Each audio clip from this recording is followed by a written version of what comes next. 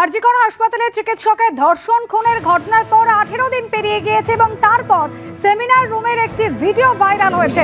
রেখেছি সেই ছবি আপনাদের সামনে। যে ভিডিও ভাইরাল হয়েছে সেখানে দেখা যাচ্ছে একেবারে চিকিৎসকের দেহ উদ্ধারের পরের মুহূর্তের সময় সেমিনার হলে একেবারে ভিড় ঠিক ঠিক করছে এবং সেই ঘটনাস্থল যেখানে তরুণী চিকিৎসকের দেহ উদ্ধার হলো সেখানে তৎকালীন অধ্যক্ষ সন্দীপ ঘোষের পিএ রয়েছেন এবং একাধিক হাসপাতালের কর্তা ব্যক্তিরা রয়েছেন।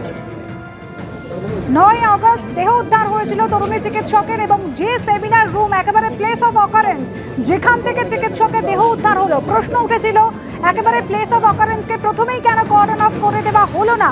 সেই সেমিনার হলের ঠিক দেহ উদ্ধারের পর মুহূর্তের ভিডিও রেখেছে আপনাদের সামনে আমাদের প্রতিনিধি সন্দীপ সরকার রয়েছেন আমাদের সঙ্গে। সন্দীপ, দেখো, যে ভিডিও সামনে এসেছে তা কিন্তু রীতিমতো চাঞ্চল্যকর।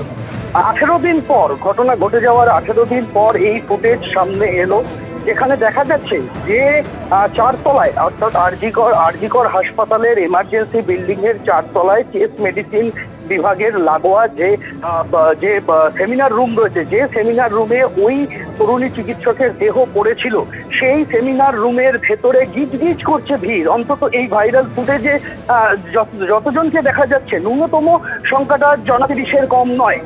একটা অংশের ভিডিও সামনে এসেছে যেখানে দেখা যাচ্ছে যে সেমিনার রুমের দরজা খোলা, একেবারে উন্মুক্ত করে খোলা, সেই ঘরের দরজার সামনে গিজগিজ করছে মানুষের ভিড়। কৌতূহলী মানুষজন দরজার সামনে দাঁড়িয়ে রয়েছেন, তারা উকিঝুঁকি মারছেন, যে খুশি ঢুকছে, যে খুশি বের হচ্ছে। পুলিশ কর্মী তারা ওখানে উপস্থিত রয়েছেন, অন্তত 4 থেকে 5 জন পুলিশ কর্মী ওখানে উপস্থিত রয়েছেন এবং এই ফুটেজে দেখা যাচ্ছে আরজিকর মেডিকেল কলেজের যে পুলিশ ফাঁড়ি রয়েছে, পুলিশ ফাঁড়ির যিনি ওসি রয়েছেন তিনিও ওখানে উপস্থিত রয়েছেন সেমিনার রুমের ভেতরে। পুলিশ কর্মীরা তারা বিন্দুমাত্র বাধা দেওয়ার চেষ্টা করছেন না ঘরের ভেতরে যারা ঢুকছেন, যারা বেরোচ্ছেন, কেননা ওটা একটা প্লেস অফ অকারেন্স, সেখানে খুন এবং ধর্ষণের মতো ঘটনা ঘটেছে। সেই জায়গাতে এত মানুষজন ঢুকছেন এবং বের হচ্ছেন, তাদেরকে কেউ বাধা দিচ্ছে না।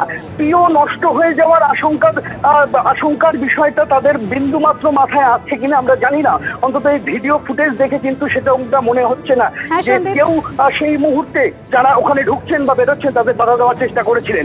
ওখানে আমরা দেখতে পাচ্ছি প্রিন্সিপাল সন্দীপ ঘোষের যিনি পার্সোনাল অ্যাসিস্ট্যান্ট রয়েছেন তিনি উপস্থিত রয়েছেন, চেস্ট মেডিসিন বিভাগের বিভাগীয় প্রধানকে আমরা দেখতে পাচ্ছি, আরো একাধিক বিভাগের বিশেষজ্ঞ ডাক্তার তারা ওখানে হাজির রয়েছেন বেসরকারি সংস্থার নিরাপত্তা রক্ষীরা এবং রয়েছে ওই নিহত তরুণী চিকিৎসকের যারা সহকর্মীরা রয়েছেন তারা, এবং রয়েছেন কলেজের একাধিক জুনিয়র ডাক্তার, তারা ওই পিওতে উপস্থিত ছিলেন সেই মুহূর্তে। আমরা সেই ভাইরাল ফুটেজের মাধ্যমে সেটা দেখতে পাচ্ছি।